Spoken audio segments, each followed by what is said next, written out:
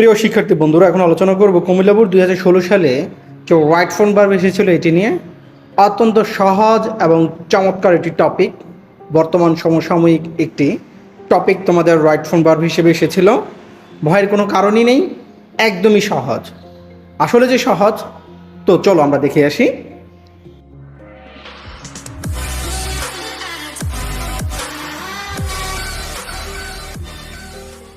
প্রথমে তোমরা দেখতে পাচ্ছ লেখা আছে parents be blessings of God to us.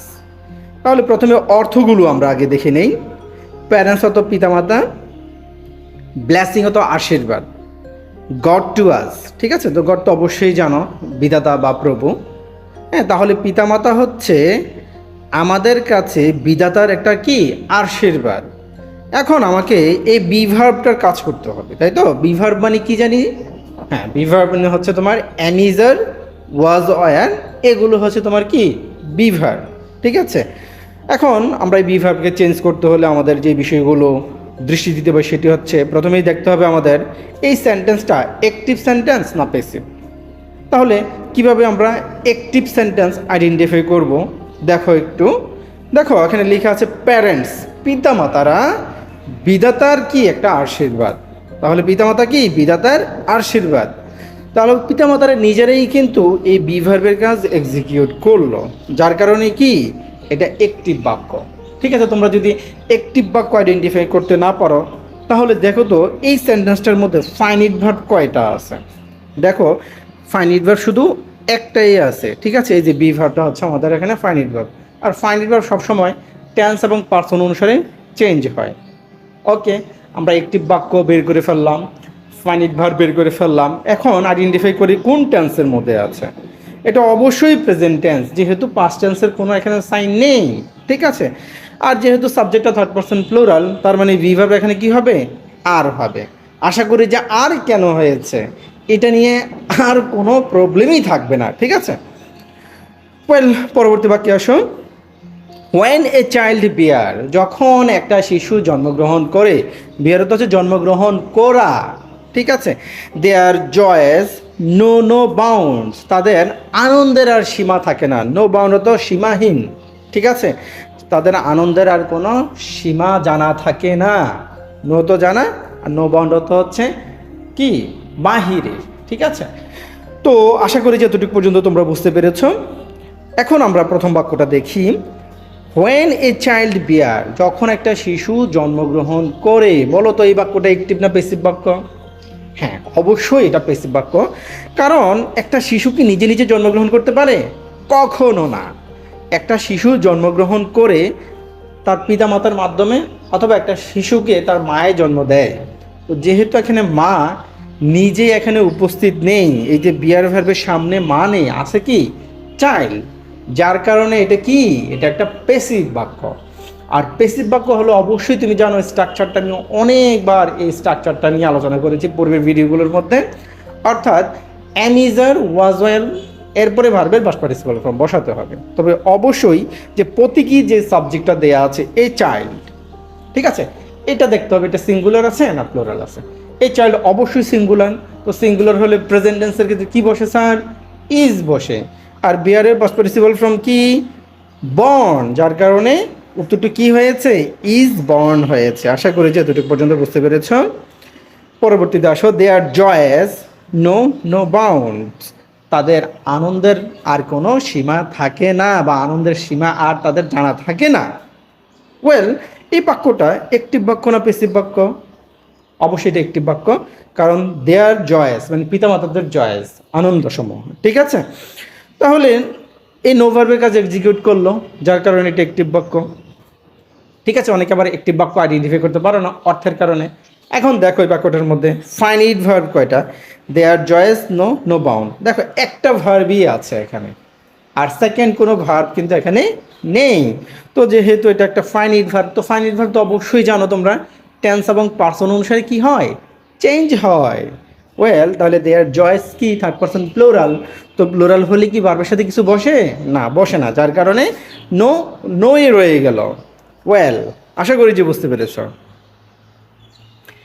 They start think of nurse and bring up their children.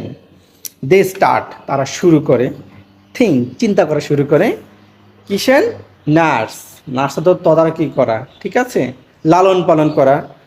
Bring up, তাদেরকে বেড়ে তোলাতে, ঠিক আছে, তাদেরকে লালন পালন প্রতিপালন করতে, ঠিক আছে, দেয়ার চিলড্রেন, তাদের শিশুদেরকে, তখন তারা এটা চিন্তা করা শুরু করে। তাহলে কি বললাম?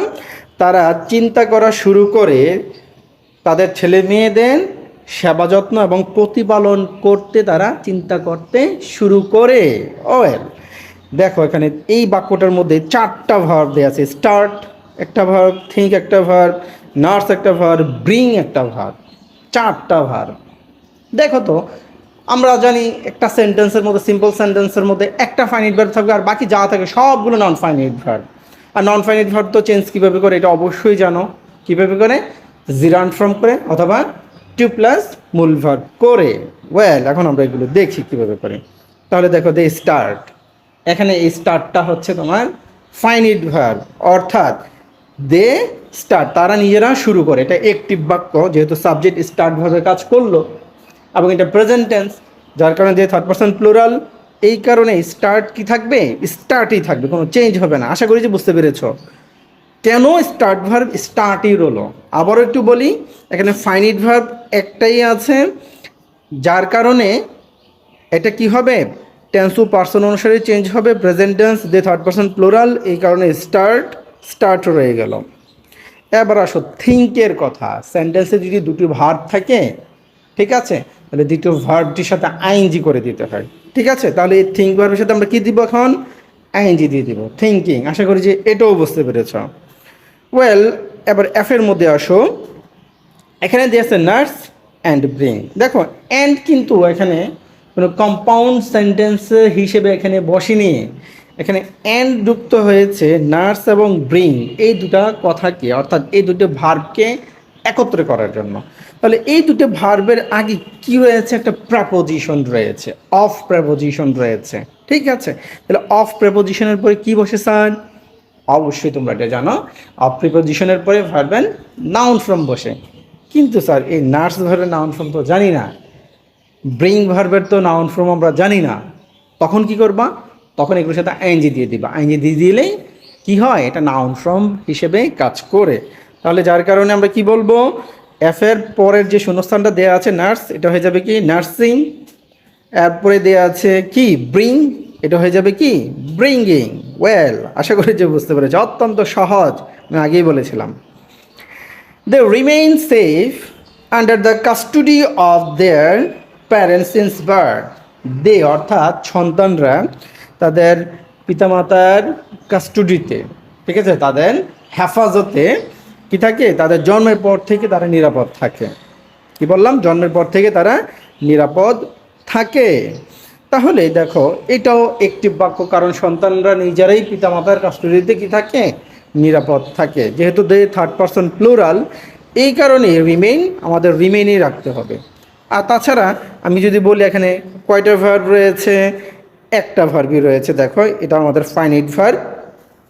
এখানে এই বাক্যের মধ্যে আর কোনো নন ফাইনাইট ভার্ব নেই। থাকলে আমরা নন ফাইনাইট ভার্ব জিরান্ড অথবা কী করতাম? ইনফিনিটিভ দিয়ে চেঞ্জ করতাম, ঠিক আছে। তো যেহেতু নেই, এই জন্য আমরা কী করবো? দে থার্ড পারসন প্লুরাল বিদায় আমরা রিমেইনই রেখে দেব।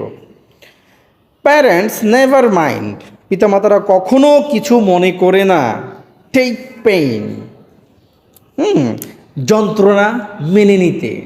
পিতামাতারা সন্তানকে প্রতিপালন করতে কখনো যন্ত্রণা নেয় না, ঠিক আছে। For the upbringing of their offspring. Offspring মানে সন্তান সন্ততি, আর ব্রিঙ্গিং আপ প্রতিপালন করা, পালন করা অথবা প্রতিপালন করা। সন্তানদেরকে প্রতিপালন করতে পিতামাতারা কখনো কষ্ট নেয় না। আসলে এটা একমাত্র পিতামাতার ক্ষেত্রেই সম্ভব, পৃথিবীর কারো ক্ষেত্রে সম্ভব না, ঠিক আছে। তাহলে আমরা জানি মাইন্ড ভার্বের পরে অলওয়েজ ভার্বের সাথে আইএনজি বসে। কি বসে? মাইন্ড ভার্বের পরে ভার্বের সাথে আইএনজি বসে। আরও কিছু কিছু ভার্ব রয়েছে যে ভার্বগুলোর পরে ভার্বের সাথে আইএনজি বসে। আমি এগুলো কমেন্ট সেকশনে অথবা এই যে ডেসক্রিপশন বক্স রয়েছে সেখানে আমরা দিয়ে দিব। আশা করি যে তখন আর তোমাদের প্রবলেম হবে না। তো আপাতত মনে রাখো, মাইন্ড ভার্বের পরে কী বসে? সবসময় ভার্বের সাথে আইএনজি বসে, যার কারণ টেক থেকে কি হলো? টেকিং হলো। We never offend our parents, আমরা কখনো আমাদের পিতামাতাকে কি করব না, অফেন্ড করব না, অর্থাৎ তাদের অবাধ্য হব না, ঠিক আছে, অথবা অবাধ্য হওয়া উচিত না, ঠিক আছে। দুইভাবে উত্তরটা করা যায়, আমরা হব না, আর এটা হচ্ছে আমাদের হওয়া উচিত না। তো আমরা এখানে উই যেহেতু কি এখানে ফার্স্ট পারসন প্লুরাল এবং এটা প্রেজেন্ট টেন্স এবং এটা অ্যাকটিভ বাক্য, এই কারণে অফেন্ডই থাকবে। অথবা তুমি যদি বলো স্যার এটা উচিত অর্থে আমরা ব্যবহার করব, ঠিক আছে, তাহলে উই শুড নেভার অফেন্ড, তাহলে উত্তরটা কি হবে, আরেকটা উত্তর, হ্যাঁ, শুড নেভার অফেন্ড। তো হয়ে গেল আমাদের কুমিল্লা বোর্ড 2016 সালে যে রাইট ফর্ম ভার্বটি এসেছিলো, এটি অত্যন্ত সহজ একটি টপিক ছিল। আশা করি যে ভালোভাবে বুঝতে পেরে